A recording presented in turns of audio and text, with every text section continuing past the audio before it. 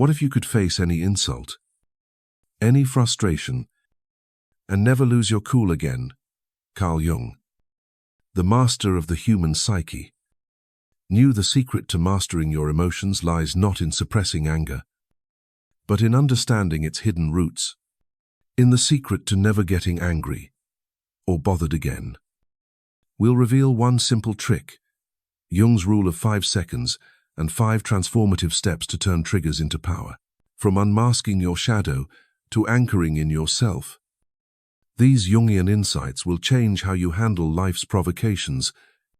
In this video, through real-life stories, you'll learn how to stay calm, confident, and in control no matter what. Ready to discover the psychology that makes anger a thing of the past? Stick with Jung Psyche Hub, and let's unlock your inner peace.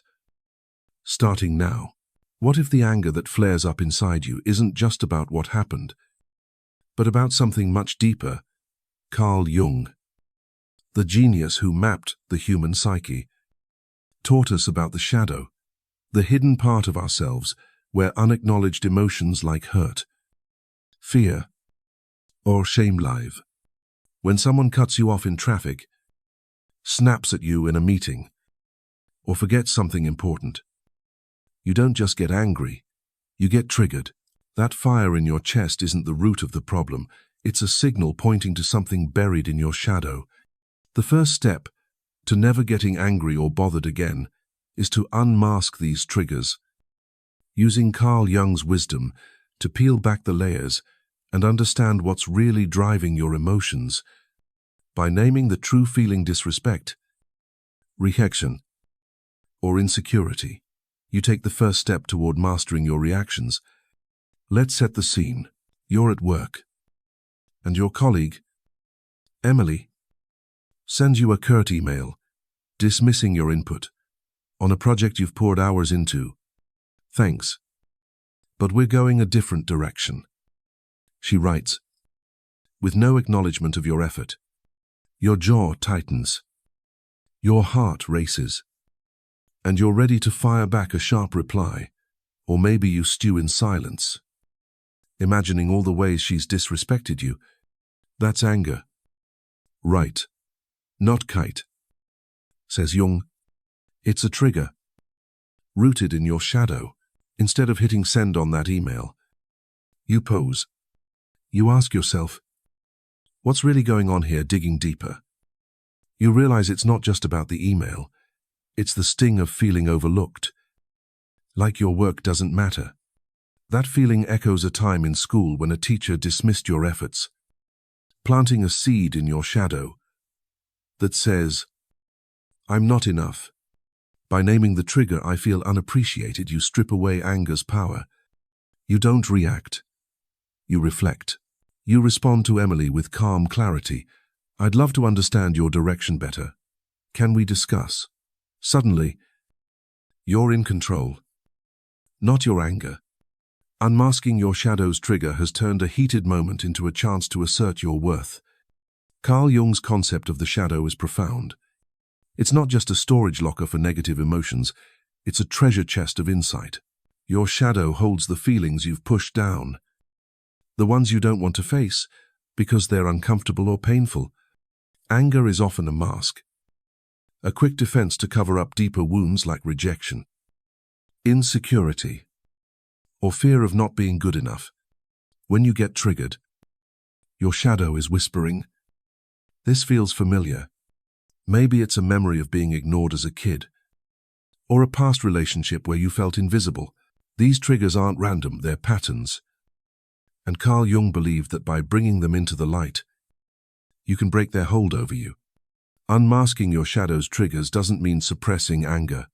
It means understanding it, so you can choose how to respond, not react. Here's another example. You're texting a close friend, Jake, about plans for the weekend, but he leaves you on read. Hours pass, then a day, and your frustration builds. You're tempted to send a passive-aggressive message or call him out for ignoring you.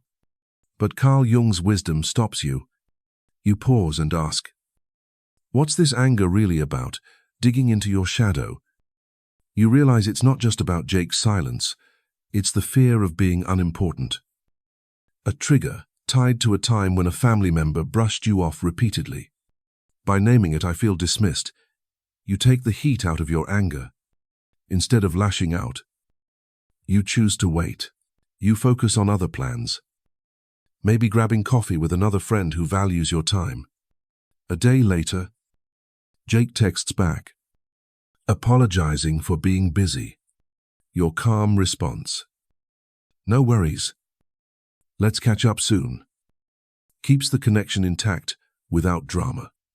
By unmasking the trigger, you've stayed in control, protecting your peace and your friendship. Why does unmasking your shadow's triggers work? Carl Jung taught that the shadow thrives in the dark when you ignore or suppress it. It controls you, but when you shine a light on it, naming the real emotion behind your anger, you reclaim your power. You stop being a puppet to your reactions and start being the observer of your emotions. The person who triggered you expects you to explode, shut down, or chase their approval. But when you name the trigger instead, you break the cycle. You're no longer reacting to their actions. You're responding from a place of clarity.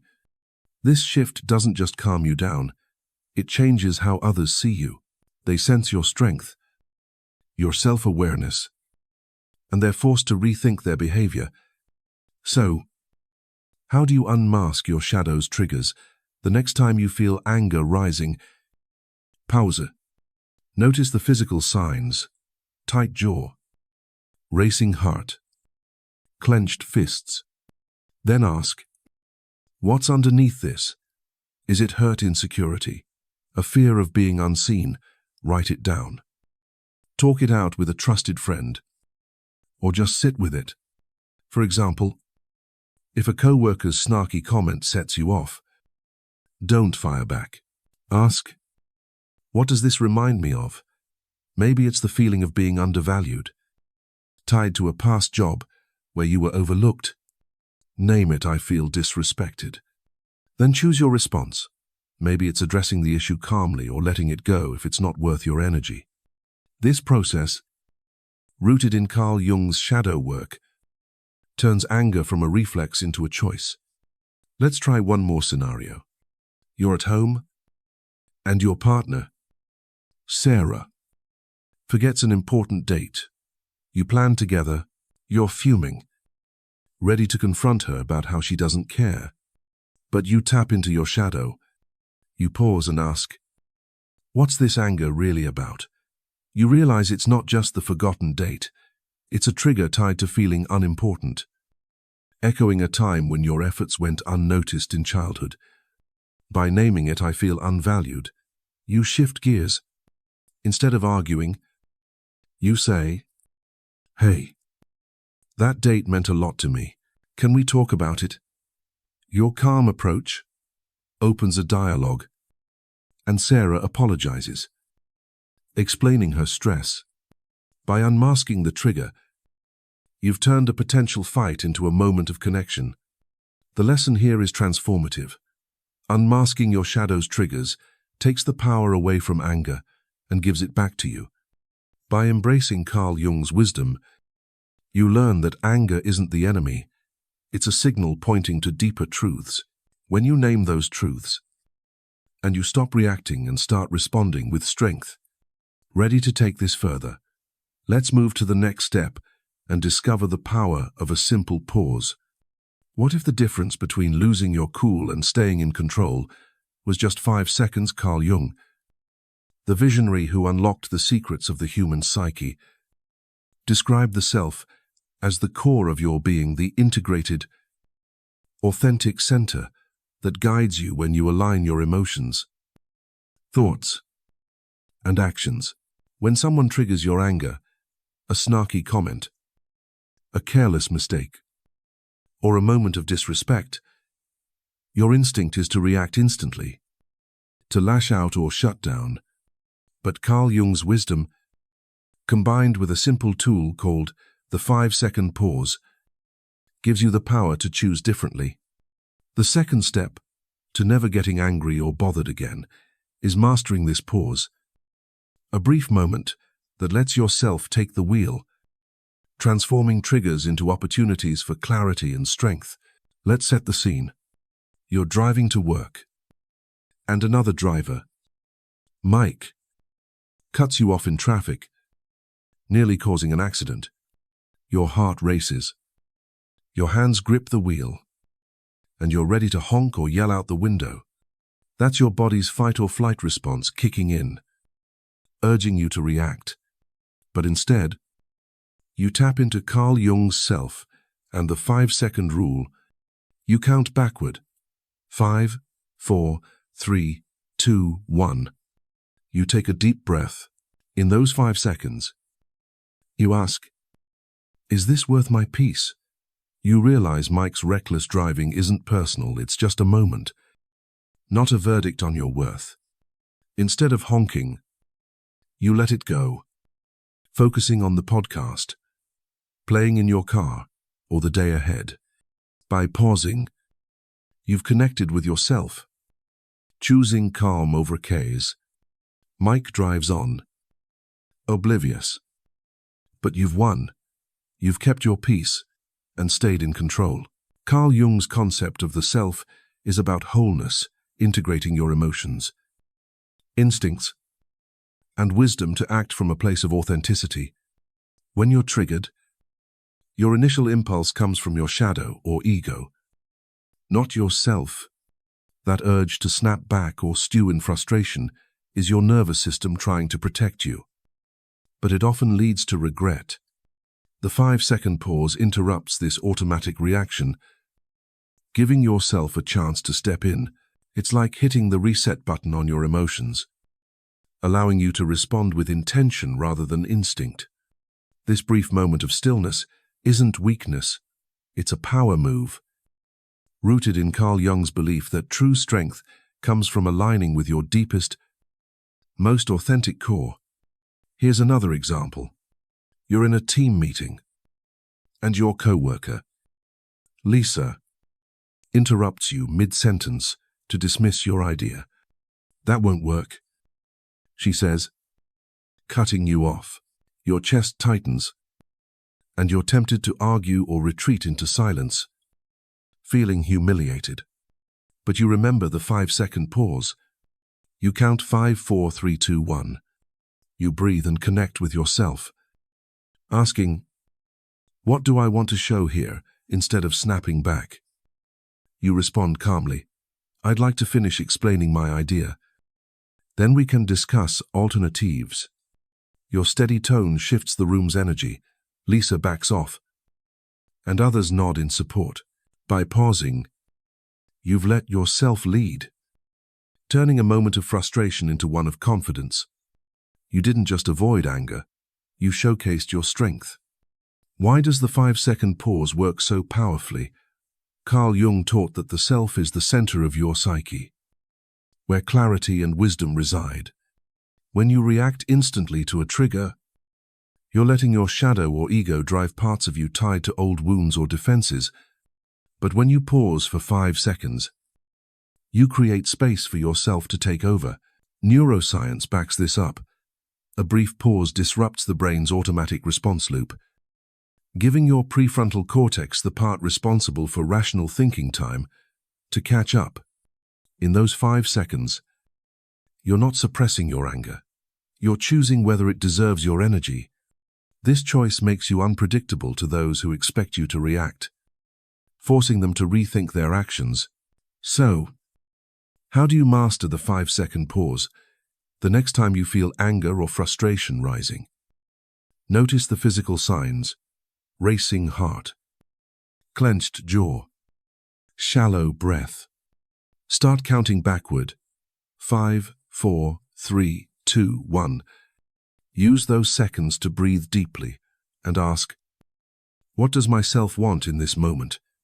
It could be letting go, addressing the issue calmly, or walking away.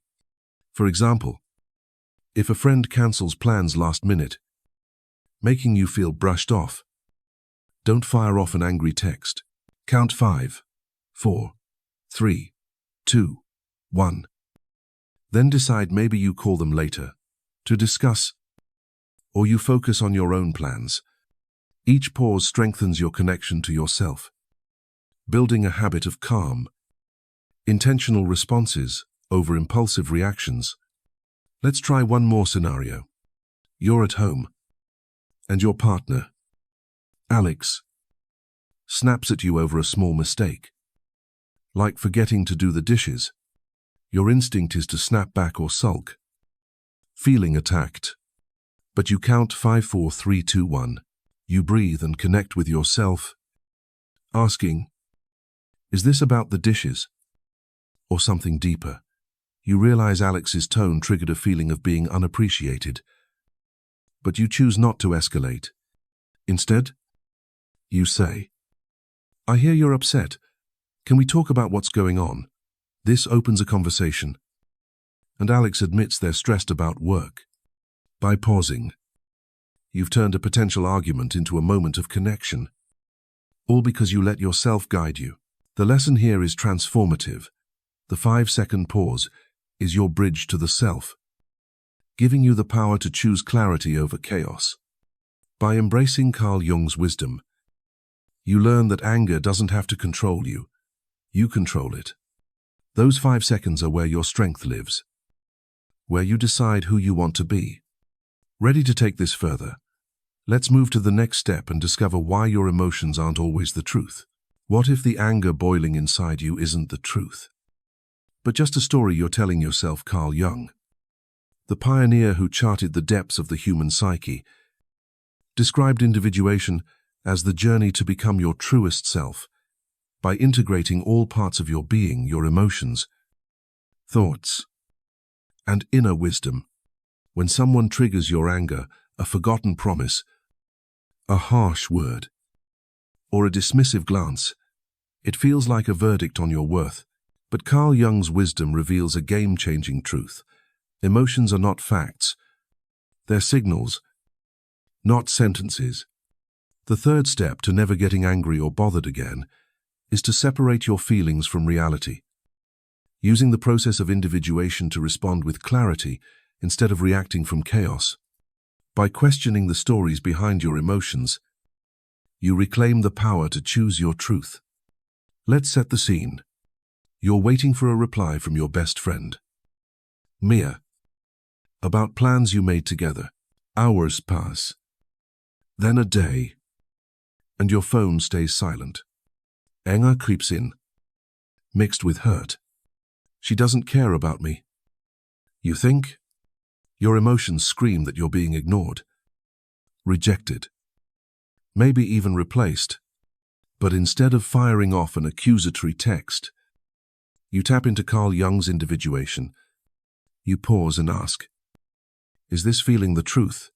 Digging deeper, you realize your anger stems from a story, an old fear of being left out, tied to a time in high school when friends excluded you. The emotion is real, but the story isn't fact. Mia might be busy, distracted, or dealing with her own struggles. So, you choose a different response. You send a calm message. Hey, haven't heard from you. Everything okay? Mia replies, apologizing for her hectic week. By separating emotion from fact, you've avoided a fight and strengthened your connection, all because you didn't let a feeling dictate your reality. Carl Jung's individuation is about becoming whole by aligning your emotions with your inner truth. Emotions like anger or frustration are powerful. They feel like undeniable proof of what's happening. But Carl Jung taught that they're often projections of our inner stories, shaped by past wounds or fears in our shadow. When you treat every emotion as fact, you give away your power, letting a fleeting feeling control your actions. Individuation invites you to question those feelings. Is this anger about what's happening now? Or is it an echo of something older? By stepping back, you create space to see the truth, allowing yourself to guide you instead of your emotions. This isn't about dismissing how you feel. It's about understanding that feelings are feedback, not commands. Here's another example. You're at work, and your boss, Tom, gives credit for your idea to a colleague in a meeting. Your blood boils, and you think, he doesn't value me. The anger feels like proof that you're being overlooked. But you lean into individuation. You pause and ask, is this true reflecting? You realize the anger is tied to a deeper story, a fear of being invisible, rooted in a past job where your contributions were ignored. Tom might not even realize his mistake. He could be distracted or unaware. Instead of stewing or confronting him angrily, you choose clarity. After the meeting, you say, Tom, I notice my idea was attributed to someone else. I'd appreciate it if we could clarify that. Herr apologises. Correcting the record. By separating emotion from fact, you've turned a moment of frustration into one of empowerment, keeping your peace intact. Why does recognizing that emotions are not facts work so powerfully? Carl Jung believed individuation helps you integrate your shadow, ego, and self to see the world clearly. Emotions are like weather. They come and go. Intense, but temporary. When you treat them as facts, you're letting a storm dictate your path. But when you question them, you tap into the calm center of yourself.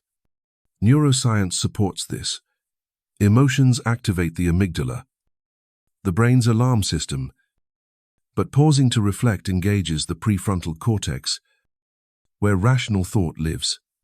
By asking, is this feeling true, you shift from reaction to reflection, breaking the cycle of anger. The person who triggered you expects you to lash out or withdraw, but when you respond with clarity, you disrupt their expectations, commanding respect without chaos. So, how do you separate emotions from facts when anger or frustration hits? Pause. Notice the feeling tight chest, racing thoughts, and name it, I feel angry. Then ask, what story am I telling myself? Is it I'm not valued or I'm being disrespected? Dig deeper. Is this true? Or is it an old wound talking? For example, if a family member snaps at you during a gathering, don't assume they're attacking you. Ask, what's the fact here? Maybe they're stressed, not targeting you. Instead of snapping back, you might say, you seem upset. Is everything okay? This opens a dialogue rather than a fight. Journaling or reflecting quietly can help uncover the story behind the emotion, guiding you to respond from yourself. Let's try one more scenario.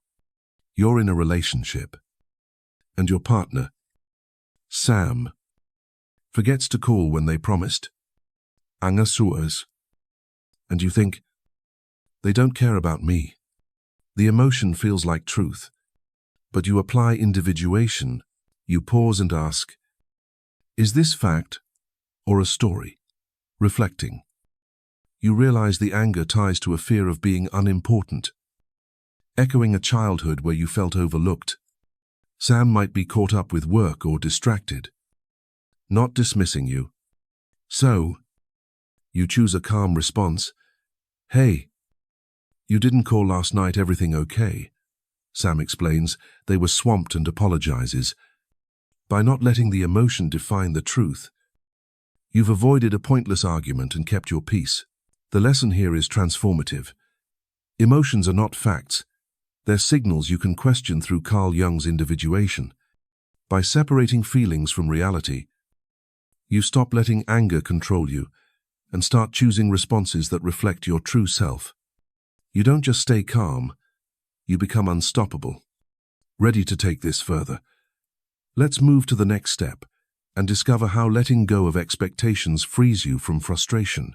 What if the root of your anger isn't what others do, but what you expect them to do? Carl Jung, the brilliant explorer of the human psyche, introduced the collective unconscious, a shared reservoir of human experiences that shapes how we interact and react. When someone lets you down, a friend who cancels plans, a colleague who doesn't pull their weight, or a partner who forgets your needs, your anger often stems from expecting them to act like you would. But Carl Jung's wisdom teaches us that these expectations, rooted in the collective unconscious, trap us in frustration. The fourth step to never getting angry or bothered again is to let go of these expectations, freeing yourself from the cycle of disappointment and reclaiming your peace through a deeper understanding of human differences. Let's set the scene. You've planned a dinner with your friend, Sarah, who you always make time for. You've picked the restaurant, sent reminders, and looked forward to catching up. But at the last minute, Sarah texts, "Sorry, something came up." Your stomach tightens, and anger bubbles up. She always does this. You think, feeling disrespected. The old you might call her out or stew in silence, replaying her flakiness.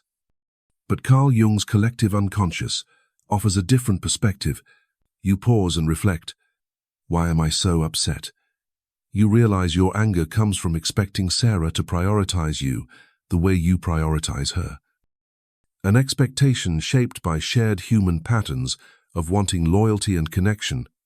But Sarah isn't you. She has her own stresses, priorities, and ways of showing care. Instead of confronting her, you let go. You text back, "No worries. Let's reschedule," and plan a solo evening, maybe watching a favorite movie. A few days later, Sarah reaches out to reconnect, grateful for your understanding. By letting go of expectations, you've protected your peace and kept the friendship intact. Carl Jung's collective unconscious explains why we hold others to our standards. It's a shared human instinct to expect reciprocity, respect, or reliability. As these patterns are wired into our psyche from centuries of social bonding, but when we assume others should think, act, or care like we do, we set ourselves up for frustration. Each person's collective unconscious is filtered through their unique experiences, traumas, and values, making their behavior different from yours. Letting go of expectations doesn't mean lowering your standards. It means accepting that others operate from their own reality, not yours. This shift, rooted in Carl Jung's philosophy, frees you from the emotional roller coaster of disappointment, allowing you to respond with clarity instead of anger. Here's another example. At work, you're paired with a colleague, James. On a project, you stay late, double-check details, and deliver your part on time. But James submits sloppy work, missing deadlines. You're furious, thinking, if I can do it, why can't he? The anger feels justified, but it's draining. Then you apply Carl Jung's wisdom. You recognize that your expectation James should match your work ethic comes from a collective unconscious desire for fairness. But James has his own pressures, perhaps a demanding boss or personal struggles you don't see. Instead of snapping at him, you let go of the expectation that he'll act like you. You calmly address it, "James, I noticed we're on different pages with deadlines. Can we sync up to make this work?" He appreciates the approach and steps up. By releasing the expectation, you've turned frustration into collaboration. Staying calm and in control. Why does letting go of expectations work so powerfully? Carl Jung believed the collective unconscious connects us through shared archetypes, like the need for connection or justice, but it also highlights our differences. When you expect others to mirror your behavior, you're projecting your own archetype onto them, ignoring their unique psyche. Letting go breaks this cycle. You stop taking their actions personally, recognizing that their behavior reflects their reality. not your worth. This shift doesn't just calm your anger, it makes you magnetic. People notice your composure, your refusal to be rattled, and they're drawn to your strength. The person who disappointed you might even rethink their actions, not because you demanded it, but because your calm detachment speaks volumes. So, how do you let go of expectations when anger or frustration strikes? Pause and ask, what am I expecting from this person? Are you expecting them to care as much as you? To act as you would? Or to meet your unspoken standards? Then ask, is this fair? Given who they are, reflect on their perspective. They might be overwhelmed, unaware, or simply different. For example, if a family member forgets to call on your birthday, don't assume they don't care. Recognize they might not value birthdays like you do.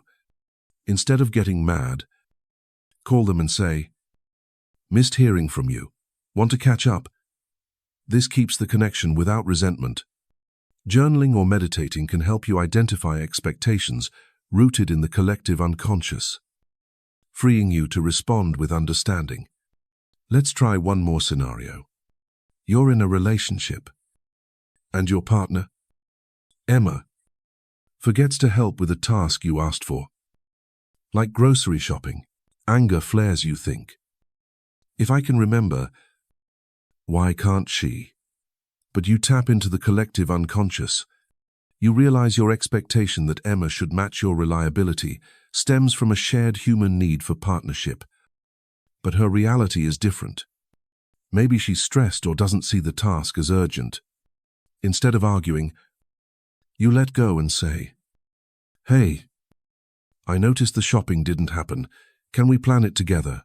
Emma apologizes, explaining her workload. By releasing the expectation, you've avoided a fight and built a moment of teamwork. The lesson here is transformative. Letting go of expectations, guided by Carl Jung's collective unconscious, frees you from the trap of frustration. You stop demanding others, mirror your values, and start embracing their differences. Choosing peace over anger. This isn't about settling, it's about rising above. Ready to take this further? Let's move to the next step and discover how boundaries protect your peace. What if you could shield your inner peace from anyone who tries to disrupt it? Carl Jung, the master of depth, psychology, described the self as the core of your being, the authentic, integrated center where your strength, wisdom, and values align through the process of individuation. When someone triggers your anger, a friend's careless remark, a co-worker's disrespect, or a loved one's neglect, it's tempting to react, to argue, or to let their actions steal your calm. But Carl Jung's wisdom offers a powerful alternative. Protect your peace by setting boundaries. The fifth step to never getting angry or bothered again is to anchor in yourself, using boundaries to guard your emotional energy and make your presence a privilege, not a given. By doing so, you transform triggers into moments of empowerment, choosing who deserves access to your peace and reclaiming your power. Picture this. You're at a family reunion, and your cousin, Mark, makes a cutting remark about your career choice. Still chasing that risky dream job, you should have picked something stable. Your chest tightens, and anger surges. You're ready to snap back or withdraw in silence, feeling attacked. But instead, you connect with yourself. The part of you that knows your worth isn't up for debate. You pose. Count 5, 4, 3, 2, 1, and set a clear boundary mark. I'm happy with my path, and I'd rather not discuss it today. Your tone is calm but firm. Then, you shift your energy, joining a lively conversation with relatives who uplift you. Mark might try to push again, but your boundary stands strong. By protecting your peace, you've stayed grounded, refusing to let his words derail you. Yourself has taken the lead, turning a potential conflict into a moment of quiet strength. Carl Jung's self is the pinnacle of individuation, the point where you act from authenticity, not reaction. When you allow others' actions to dictate your emotions, you're handing them the keys to your inner world. Boundaries, rooted in the self, are your declaration. My peace is mine to protect. They're not walls to exclude others. They're gates that define who earns access to your energy. By setting boundaries, you communicate to others and yourself that your emotional well-being is non-negotiable. This act of self-respect doesn't just prevent anger. It reshapes how others perceive you. They sense your strength, your refusal to be rattled, and they're forced to respect your space or risk losing your presence. This shift is empowering. It's you choosing to prioritize your peace over chaos. Let's try another scenario. You're working on a high-stakes project with a tight deadline, but your colleague, Rachel, keeps interrupting with non-urgent requests, like asking for feedback on her presentation. Each interruption chips away at your focus, and frustration builds. You want to snap at her or over-explain your stress, but you anchor in yourself. You pause, count 5, 4, 3, 2, 1, and set a boundary. Rachel, I'm swamped right now. Can we talk about this tomorrow? Your voice is steady, respectful but firm. You return to your work, feeling lighter. Rachel nods, respecting your space, and you complete your project without resentment. By setting that boundary, you've protected your peace, turning a moment of irritation into one of productivity. You've shown Rachel and yourself that your time and energy are valuable. Why do boundaries work so powerfully? Carl Jung believed the self is the center of your psyche, where your deepest values and strength reside. Without boundaries, you're vulnerable to others' actions, letting their triggers pull you into anger or chaos. Boundaries, grounded in the self, act like a shield, safeguarding your emotional energy. They signal that your peace is sacred, and only those who honor it deserve your presence. This approach disrupts the expectations of those who trigger you. They anticipate a reaction, but a calm boundary throws them off balance. They either adjust their behavior or drift from your life, making room for relationships that align with your values. Neuroscience backs this up. Setting boundaries reduces stress by engaging the prefrontal cortex, the brain's rational decision-making center, helping you stay calm and focused. So, how do you protect your peace with boundaries? When anger or frustration arises, pause and count 5, 4, 3, 2, 1. Connect with yourself by asking, what do I need to protect my peace right now? Then, set a clear, respectful boundary, either verbal, like, I need space to focus, or behavioral, like stepping away from a draining conversation. For example, if a friend constantly vents about their problems, leaving you exhausted, you might say, I value our talks, but I need our conversations to be more balanced. Then redirect your energy to activities that recharge you, like journaling, exercising, or spending time with positive people. Each boundary you set strengthens your connection to yourself, making it easier to choose peace over reaction. Over time, this practice becomes a habit, your default way of navigating life's triggers. Here's one more example. You're in a relationship, and your partner, Liam, has a habit of dismissing your concerns with a casual, "You're overreacting." It stings, and you're tempted to argue or shut down, feeling invalidated. But you anchor in yourself. You pause, Count 5, 4, 3, 2, 1. And set a boundary, Liam. I need you to listen to my feelings without dismissing them. You say it calmly. Then focus on your own well-being. Maybe taking a walk or calling a supportive friend. Liam notices your shift. He either starts listening more attentively, or he doesn't, and you reassess whether the relationship aligns with your values. Either way, your boundary protects your peace, ensuring yourself remains your center, not his reactions. You've turned a moment of hurt into one of empowerment, grounded in your own strength. The lesson here is transformative, protecting your peace with boundaries. Guided by Carl Jung's self, turns triggers into opportunities to assert your worth. You're not just avoiding anger, you're building a life where your emotional energy is yours to control. Your peace becomes a fortress, unshaken by others' chaos. By setting boundaries, you declare that your presence is a privilege, earned through mutual respect. This isn't about cutting people off. It's about choosing who gets to share in your light. Ready to bring it all together? Let's head to the outro and unlock the secret to a life free from anger. Imagine a life where no insult, no slight, no moment of disrespect can shake your inner peace. That's the power of Carl Jung's psychology. In this video, we've uncovered 5 transformative steps to never getting angry or bothered again, unmasking your shadow's triggers, mastering the 5-second pause, recognizing emotions aren't facts, letting go of expectations, and protecting your peace with boundaries.